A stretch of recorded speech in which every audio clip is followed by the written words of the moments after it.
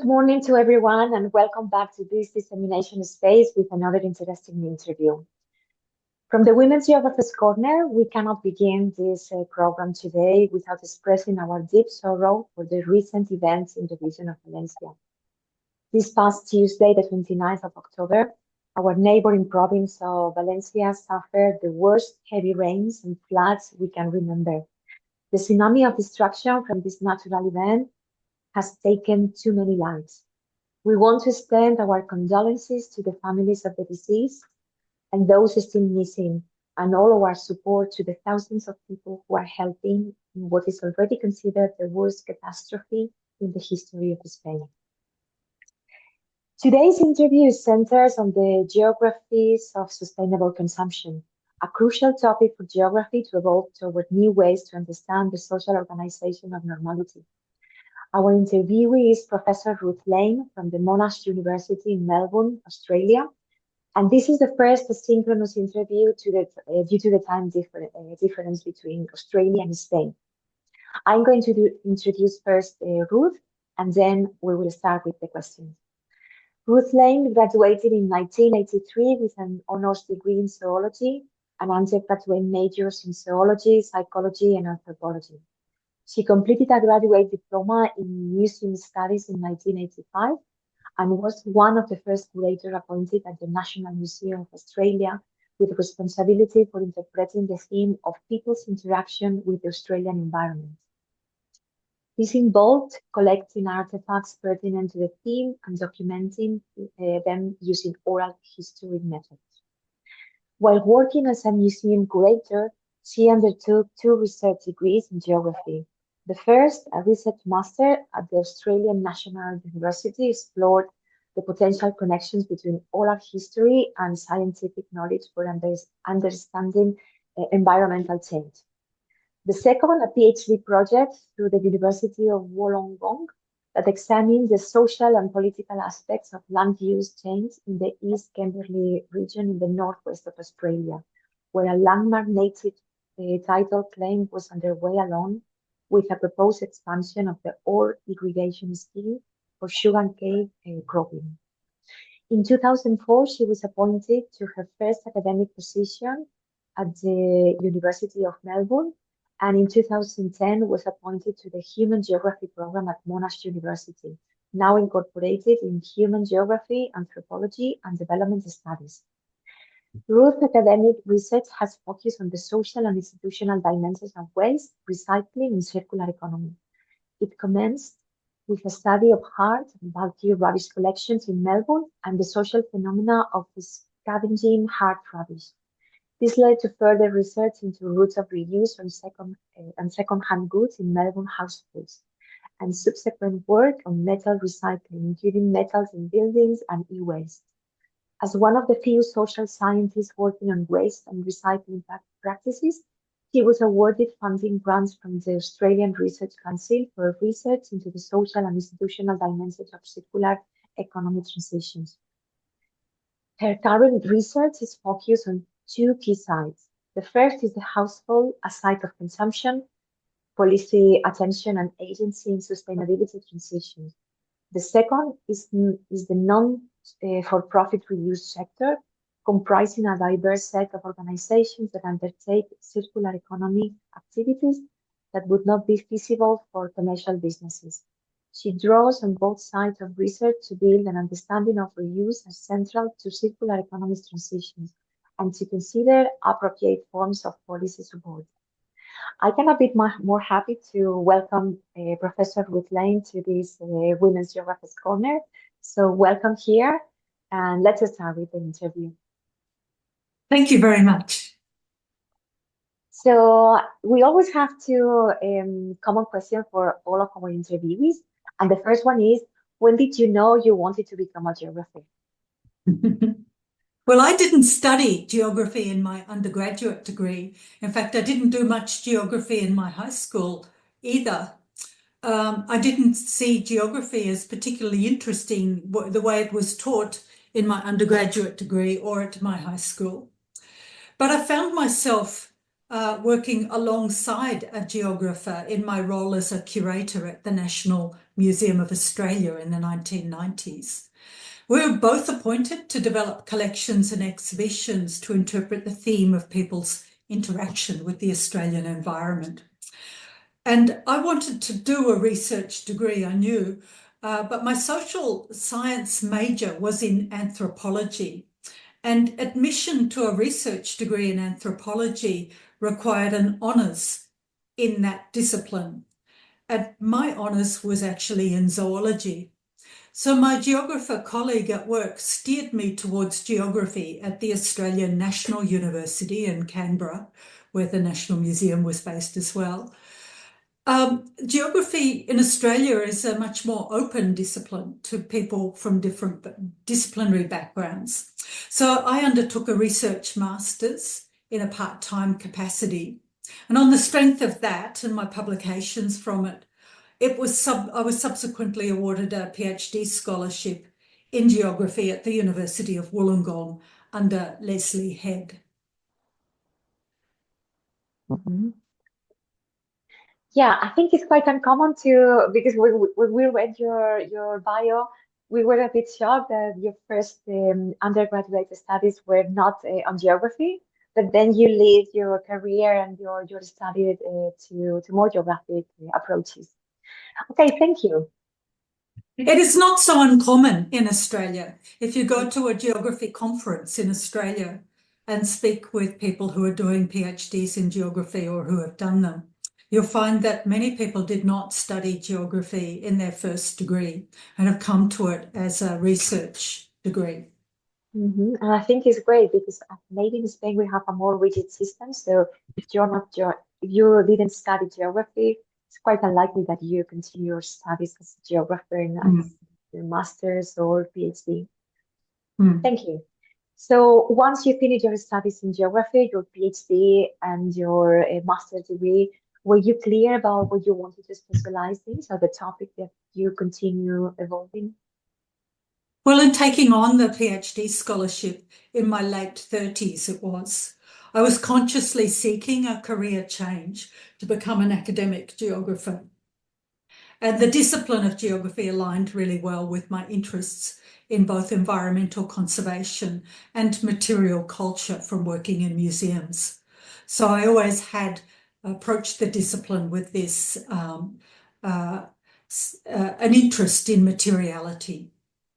And So now, really, it was a very quick transition. As it turned out, I was awarded my PhD at the end of 2003, and I gained my first academic job at the beginning of 2004. So basically, like me, more or less. So we have more or less the same experience as geographers. So now we start with the part of the geographies of sustainable consumption.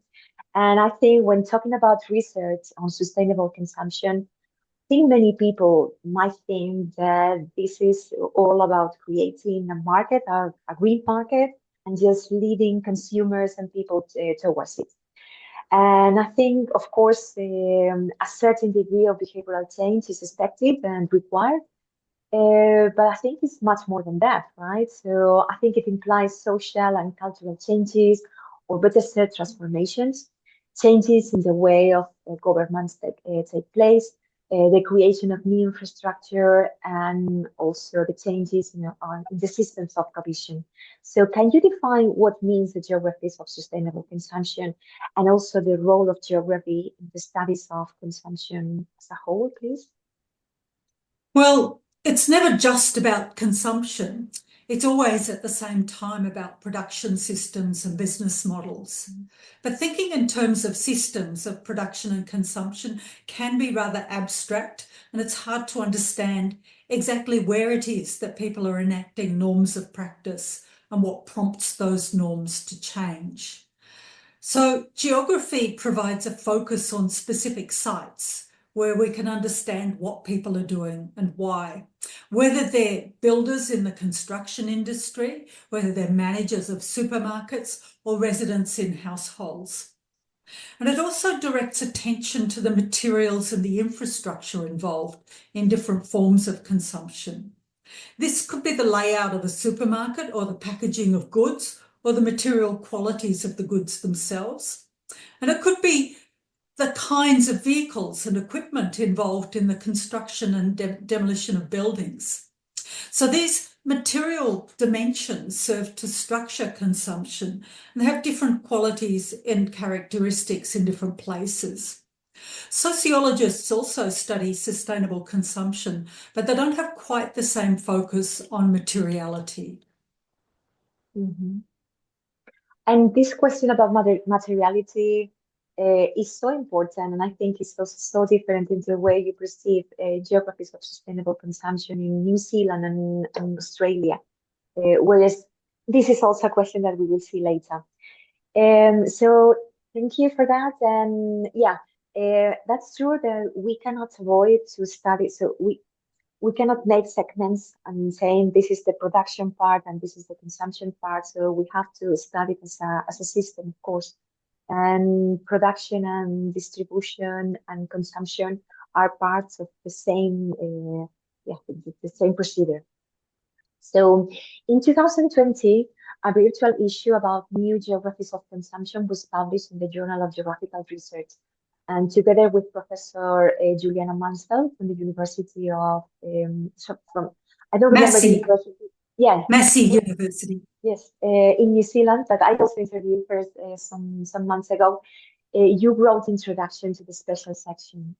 And you talk about the importance of understanding consumption beyond the shop floor, so beyond the retail area, so beyond the moment of consumption, the first moment, especially at home. The limitations of the social practice theory for understanding sustainability in consumption and the moments of consumption. So can you explain better what all this means in your research, please? Well, we certainly never intended to.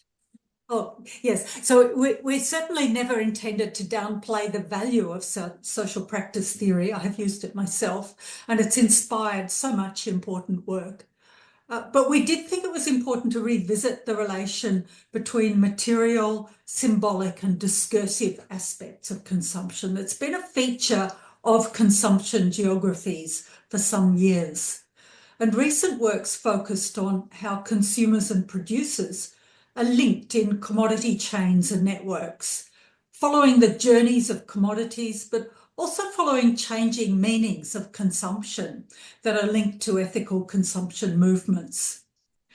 The material qualities of commodities also play a role in how they can be consumed, and there are many affective dimensions at play in the valuing practices of consumers. So I've personally been excited about research with the household as a unit of analysis because it's providing a really valuable lens into all the critical dimensions, the material, structural, affective, discursive. But there are many other sites that are important to consumption, and this is where the idea of consumption moments comes into play. And consumption, sorry, the moments, right? Consumption moments, yes. Yeah. Yes. So it's actually an idea we've drawn from the sociologists Alan Ward and David Evans, and we've used a lot in our own work. But it's giving you some sense of sort of beyond the shop floor, beyond the decision, the purchase decision, to just start unpacking the many different dimensions involved in consumption practices. So we have the acquisition moment, and that could be in the store, or increasingly it could be sitting in front of a computer at home, buying things online or on your phone. The appropriation, how you bring an object into your life and give it, and it becomes meaningful or useful in some way. The appreciation of it, so how you feel about how it gives you some sort of satisfaction.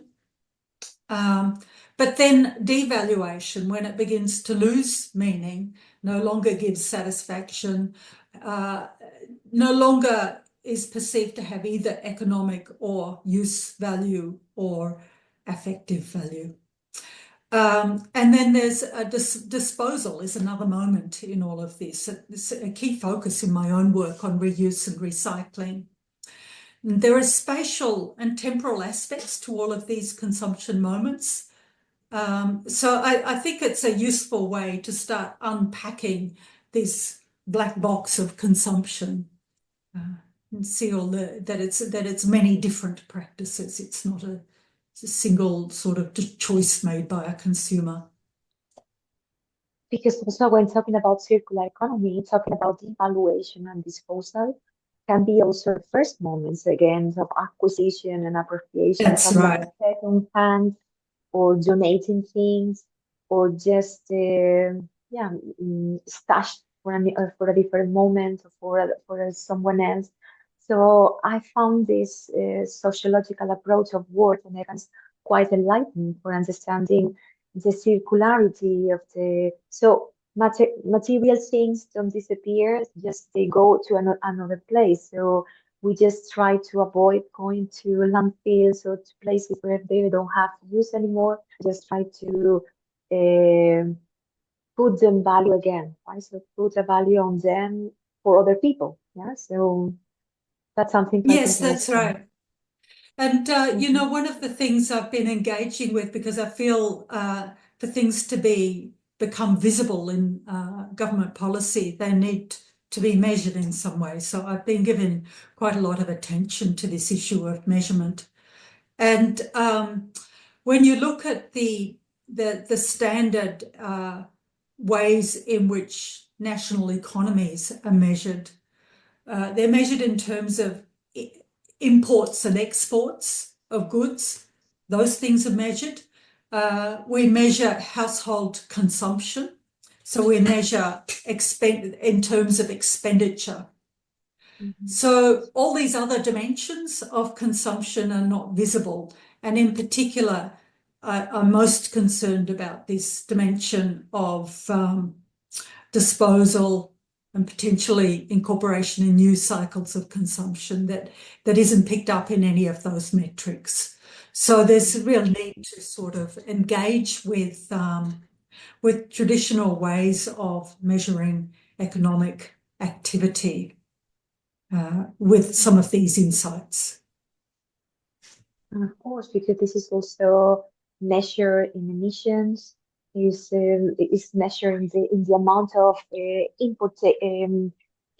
import, as you said, but also we are also exporting our rubbish to other parts. So this is also an economy of waste and an economy of emissions. And this is exactly, so the word material, I think, is quite important to distinguish the approach you have in Australia and the one we have more here in Europe. And I realized when I interviewed you some years ago, and also Juliana Mansell from New Zealand, that you have a different approach, and that was also quite interesting. I'm more focused on the moments of consumption from words and events. So I wanted to highlight that when we asked you a title for this interview, and we told you to include geographies of sustainable consumption, the word you included too was material, right? So we have realized that there are these differences, and I would like to explain us better the last word that you have carried out in Australia. The main topic. Well, yes, well, in Australia, but New Zealand also, there's very little manufacturing industry. We call these countries resource economies because they're mainly the main trade flows through the export of raw materials and the import of most consumer goods. So there's actually a massive accumulation in Australia of wooden pallets that the goods that are imported come in. When they're in containers, they're packed on pallets, and these pallets just accumulate. I have seen some of the piles of them. There's some innovative approaches to trying to recycle this material for other purposes. So given this kind of balance of this pattern of trade, there's increasing concern about the amount of material entering landfill in Australia. it's kind of, it comes here, but it doesn't necessarily go out. And increasingly, since the China put the ban on imports of waste in 2017, I think it was. Increasing concern about the costs of waste management and the problems of contamination and landfill. So policy approaches to sustainable consumption in Australia have tended to be driven by the waste management costs and environmental concerns relating to that. I've always engaged with the waste management challenge in my work, and it's, I think, been part of why I've been successful in securing grant funding. And my pitch is always about the need to examine the broader social and institutional dimensions. So I've looked at the use of steel in buildings through the life cycle of a building, the cast of actors and policy settings at each stage of a building's life that would need to change for this to become more sustainable. I've looked at the challenges faced by households seeking to reduce their own household waste, and I've taken a particular interest in the reuse of goods, particularly that facilitated by not-for-profit community and charitable organisations, op shops, we call them here. I'm intrigued by the capacity and the motivations of these not-for-profit organisations to actually do the kind of detailed sorting work that no commercial business would do. And there are many aspects of the circular economy transition that need to happen that are highly unlikely to be industry-led. So I think that there's a real dilemma at the moment with the emphasis on market-led solutions. And we need to look beyond that. There's consumption work, circular economy consumption work going on in all sorts of places beyond commercial industry. And it's necessary, it's critical work. So I think making that more visible is a real starting point, and that's driving quite a lot of my research right now. Mm-hmm. Thank you. Very interesting, all the topics. So another important topic that you studied was the social transitions to a more sustainable way of life. And in 2019, you wrote the article Everyday Life After Downshifting, Consumption, Thrift and Inequality with Joe Lindsay and Kim Humphrey. So there you analyze practices in the consumption of food, leisure and transport of downshifters and the connections with hyper-materialism and hyper-velocity of the Western consumer culture, which is also now globalized. So we would like that you define first to the audience, because maybe not everyone is familiar with the term downshifters. So many people use it.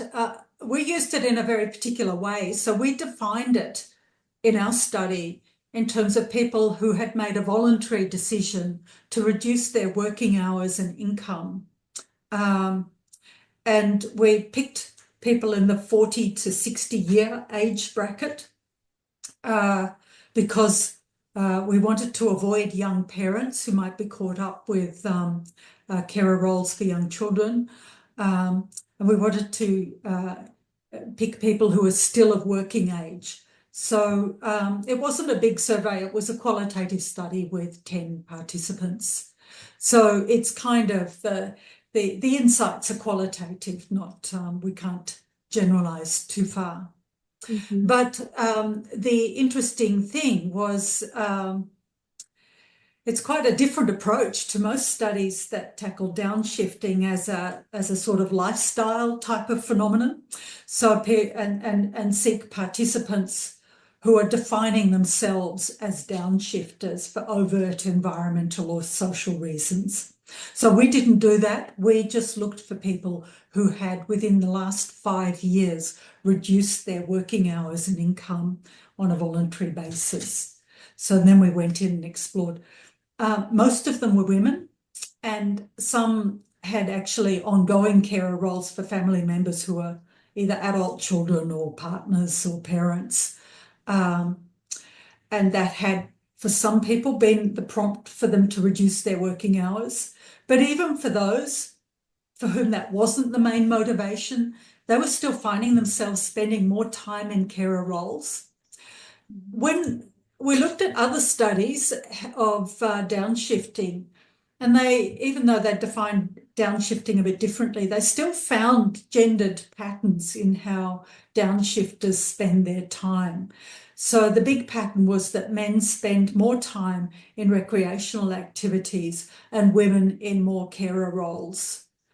So that was a big insight. So there's all this discussion about we need to degrowth and go with reducing your working hours and doing more things for yourself. But I think much of that literature simply doesn't address this gendered dimension, which is huge. It seems that when women have time, they somehow get sucked into carer roles. So downshifting for women means something rather different to downshifting for men. In terms of sustainable consumption, it is difficult to generalise from just 10 people, but the clearest area that stood out as where they were definitely reducing consumption was food provisioning. So they were doing much more of their own cooking. There was far less takeaway food, and they were eating out less. Leisure, it was a bit tricky because some were more wealthy and some were much less wealthy, so that was a big pattern. But overall, they were less likely to be undertaking holidays overseas. So, and if you live in Australia and you travel overseas, that's a huge environmental footprint from your leisure travel. So they weren't doing so much of that. But then many were actually using their private vehicles more because they weren't spending hours in a workplace and they were moving around doing other things. Mm-hmm. So it was much less, at that end of it. So maybe one of the co-benefits of downshifters is to have more time, but there's this gap between men and women, so women are more trapped with this, with the gender roles of care, and so this is not the idealistic way of downshifting. If you are interested, and also if the audience of this interview is interested, in December, I don't remember right now the day, I think it's at the beginning of the 9th of December, I guess, but this is in our webpage. We will have an interview with Sophie Goldie from United Kingdom, and she will talk about gender geographies of care and home. So I think this is the perfect evolution of this topic that we have started today. Okay, so we have finished now with the question center on the geographies of sustainable consumption, and we always have some other questions at the end of the interview, which are a bit funnier, and also just to let you a bit more in your personal interests. So can you give us the name of a historical figure who made you an impression?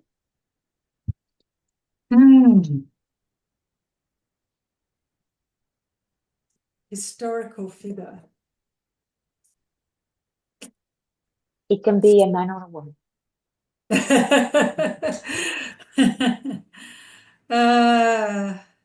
Let's see.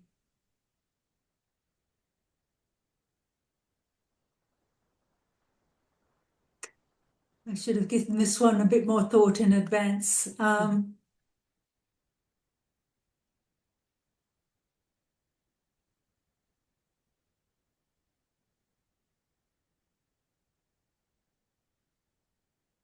Sorry, I was just not really equipped for this particular question. Maybe you'll have Don't to cut worry. this part.